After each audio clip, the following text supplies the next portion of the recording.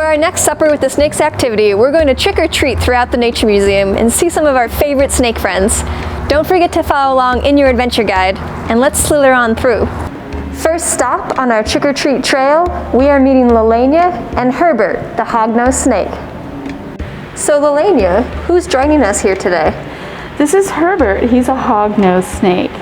Wow, he's got a really interesting pattern to him. He's got a lot of different colorations happening. So where would you find a hognose in the wild? What kind of environments would they be found in? They would be found where there's some sandy soil, so dunes, savannas, woodland edges, where there would be sandy soil for this type of hognose. Awesome. And then why are they called hognose snakes? That's a very peculiar name. Yeah, well, if you look, they have a scale that turns up, so it looks like they have... Almost like a shovel. Exactly, and that helps them to dig in sandy soil. So Herbert is one of our smaller snakes at the Nature Museum. So if he's in the wild digging around in the sand, is he hiding? What kind of things would he rely on to get away from predators? Oh, from predators. He has a lot of defense mechanisms. One of them, you may have heard a little bit ago, he kind of hisses. They'll sometimes, he doesn't have a rattle because he's not a rattlesnake, but a lot of snakes will rattle their tails to make a noise. He will sometimes spread his head out a little bit to make himself look bigger. One really cool thing that they do is sometimes they will flip over and play dead. Okay, and would that signal to a predator that I'm not tasted to eat because I'm long dead? Okay, very much like an opossum. Yeah. Very cool. So if he plays dead, tries to make himself look bigger by spreading the scales out on his head and making lots of noise, probably just trying to get away most of the time. Exactly. Excellent. And only will strike as a last resort. For sure. That makes a lot of sense. Well, thank you, Lelania, and thank you, Herbert. Make sure to mark down. We visited Lelania and Herbert for our trick-or-treat trail, and let's see who's next. So we are here with Lily, and Lily, who do you have with you today? I have Cartman, the corn snake. Excellent. And if you were out looking for a corn snake in the wild, what kind of habitat would you find one in? You will actually find corn snakes in rocky hillsides, any agricultural fields, or even in abandoned buildings. So where do they get the name corn snake from? So their name actually comes because their underbelly actually resembles kernels of a corn. Oh yes, I kind of see like a corn cob pattern. Yes, exactly. Of a checkering. That's very cool. And if they're out in agricultural areas, being nicknamed the farmer's friend means that they're probably eating mice that are also in those fields. So are they often eating mice in the wild or at the museum? Yeah, so in the wild they will eat mice, any small rodents that they find out there, as well as some amphibians. Okay. Here in the museum we actually feed them frozen thawed mice or rats, just depending on the meal. And we feed about once a month or every other week, again, just depending on the meal, how big the meal is. Can you tell me a little bit more about Cartman here? His personality seems pretty sociable for a snake, right? He's very curious. He is very curious. He could be as social as a snake can be, actually. If he's in a new area, he is like trying to investigate where he's at. So if it's a new person, he will be smelling you and trying to figure out who you are and what you are. So he's usually pretty chill, and he's very friendly towards other people's. And he, here in the museum, is used as a programming snake, as you know. Absolutely. So is Cartman using his tongue to get more information about what's happening here? Yes, snakes do have a forked tongue, which does help to determine where that smell is coming from, which side it's coming from. Okay, so when he's flicking his tongue out, he can smell you and me at the same time. Exactly. Very cool. With this really distinct pattern and coloration that corn snakes have, are they misidentified sometimes as other snakes out in the wild? Yes, they are. So because of their blotchy, reddish, brownish pattern on their whole body, they actually get misidentified as copperheads, which are venomous. But copperheads are a little more light complected than corn snakes. Corn snakes are a little more brighter than copperheads. But Cartman is not anywhere near as dangerous as a copperhead, or dangerous at all, correct? No, not dangerous at all. He's very friendly. Well, thank you so much, Lily. It was really great to chat, and thank you, Cartman, for coming out today. Well, thank you. It was nice chatting with you too. And be sure to check off Cartman on your list. And next we're going to visit with Ashley and see who she has. So here we are with Ashley. Ashley, who do you have with you? This is Hershey, and he is a fox snake. And fox snakes are around Illinois, correct? Yep, they are locally common species here. Excellent. And what does a fox snake look for in a habitat? Where would you probably find one if you were out looking for fox snakes? So you'll see fox snakes like Hershey in prairies and grasslands. You'll also find them in farm fields, edges of woodlands. And this pattern that he has, this camouflage, these kind of polka dots, is really striking, and sometimes people mistake them for other snakes. Is that true? That's true. So fox snakes are often confused with Massasauga rattlesnakes. This is partially due to them vibrating their tail when they feel threatened, which makes them sound like a rattlesnake.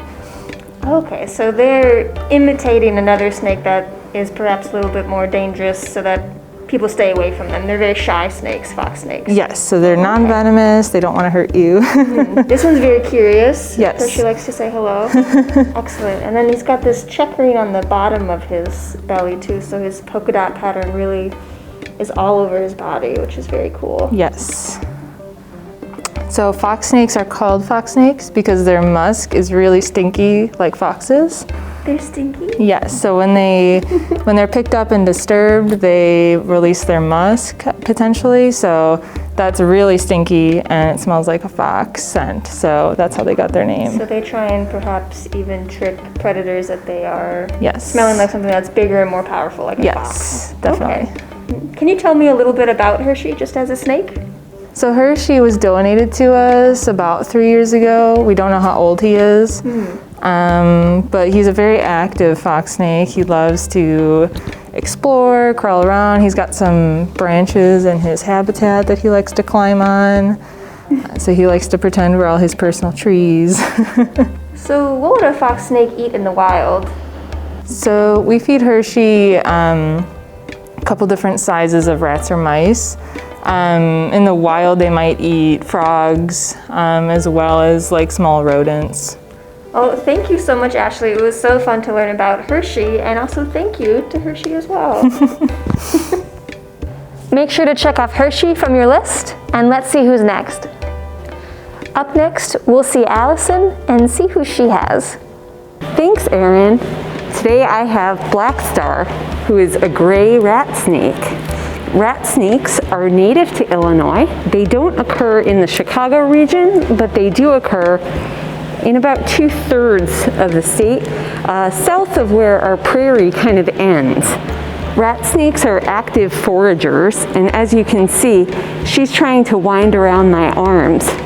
In the wild, they're very adept at climbing trees, and they actually will feed on birds' nests and hunt eggs. They'll feed on rodents in fields and along woodland edges. They have little keels on their scales that enable them to climb up structures. So sometimes people will even see them scaling the sides of houses, going after birds' nests or rodents that might be living alongside people. Gray rat snakes are not particularly aggressive. As you can see, she's pretty comfortable being handled, but she's lived here at the Nature Museum for some time. In the wild, it's generally best to leave snakes alone. However, they're not going to harm you in terms of venom. These are non-venomous species. They will try to defend themselves if they don't want to be picked up, so it's very important to show any snake you encounter in the field respect, keep a safe distance, because you don't know if it's going to feel threatened by the fact that you're there and trying to pick it up. Gray rat snakes can get pretty large. As you can see, Black Star here is several feet long, and that length really comes in handy because they're arboreal. They spend a lot of time climbing trees, so they use parts of their body to kind of hold on to branches and scale the trunks of trees. Camouflage is very important for snakes because they have a lot of avian predators or bird predators. So her dark color actually helps her because if she's against the trunk of a tree, that black color is going to keep her from being spotted by a variety of predators. They're very useful to humans generally. Aside from how beautiful they are, they do help keep rodent populations in more of a balance so that crops and people's gardens are not necessarily overrun with mice. So they do provide us with that ecological service, but generally, they're just very beautiful. So that's Black Star. We hope you enjoyed meeting her. We're here with Marjorie. Marjorie, who do you have with you? I have Fang, the California king snake, here with me today. So Marjorie, if you were looking for a California king snake out in Illinois, what kind of habitat would you look for, and would you even find one? Ooh, so that is a great question. You would actually not be able to find a California king snake in Illinois. As their name suggests, they are found more in the western United States. So you wouldn't be able to find a California king snake in Illinois. And what kind of habitat would a California king snake be in? That's a great question. They live in a wide variety of different habitats, but no matter what habitat Fang would be in, Fang would be really easy to spot, and that's because Fang has a special type of coloration. Fang is actually an albino California king snake, so you can actually see how the scales are more yellow and white, and the eyes are red, which means that Fang is an albino. She doesn't have any pigment. Is this coloration for snakes a common occurrence in the wild or in the pet world of snakes, or is this a really rare snake that we have with us? They're way more common as pets, and that is because people think that they are pretty. Out in the wild, they are not very common, and that is because snakes usually use their coloration to hide, to camouflage. And if you were to picture Fang out on the dirt, out on the grass, she would really stand out because of her coloration, so they're not that common in the wild. In general, you don't find a lot of albino animals out in the wild because they can't hide from their predators. And California king snakes in particular can come in a lot of different color variations. Absolutely, and she's very curious. She's sticking out her tongue at you. What's her personality like? She's just kind of hanging out and exploring. I sort of call her a noodle because she just kind of likes to sit here. She's one of our older snakes, so she's calmed down quite a bit. So why are they called California king snakes? So that is a great question. Generally, if a snake has king in the title, it is because they eat other snakes. So out in the wild, California king snakes tend to eat other snakes. Here at the museum, she still gets fed mice and rats. They can't eat any small animal, but generally out in the wild she would eat other snakes. And if you think of other names you might have heard of with king in the title, so maybe a king cobras also eat other snakes too. Okay, I'm putting those two together right now. Thank you, Marjorie, and thank you, Fang. Thanks, Erin. That's trick-or-treating for today. Be sure to leave any questions about our snakes in the comments below, and I'll see you in the next Supper with the Snakes activity.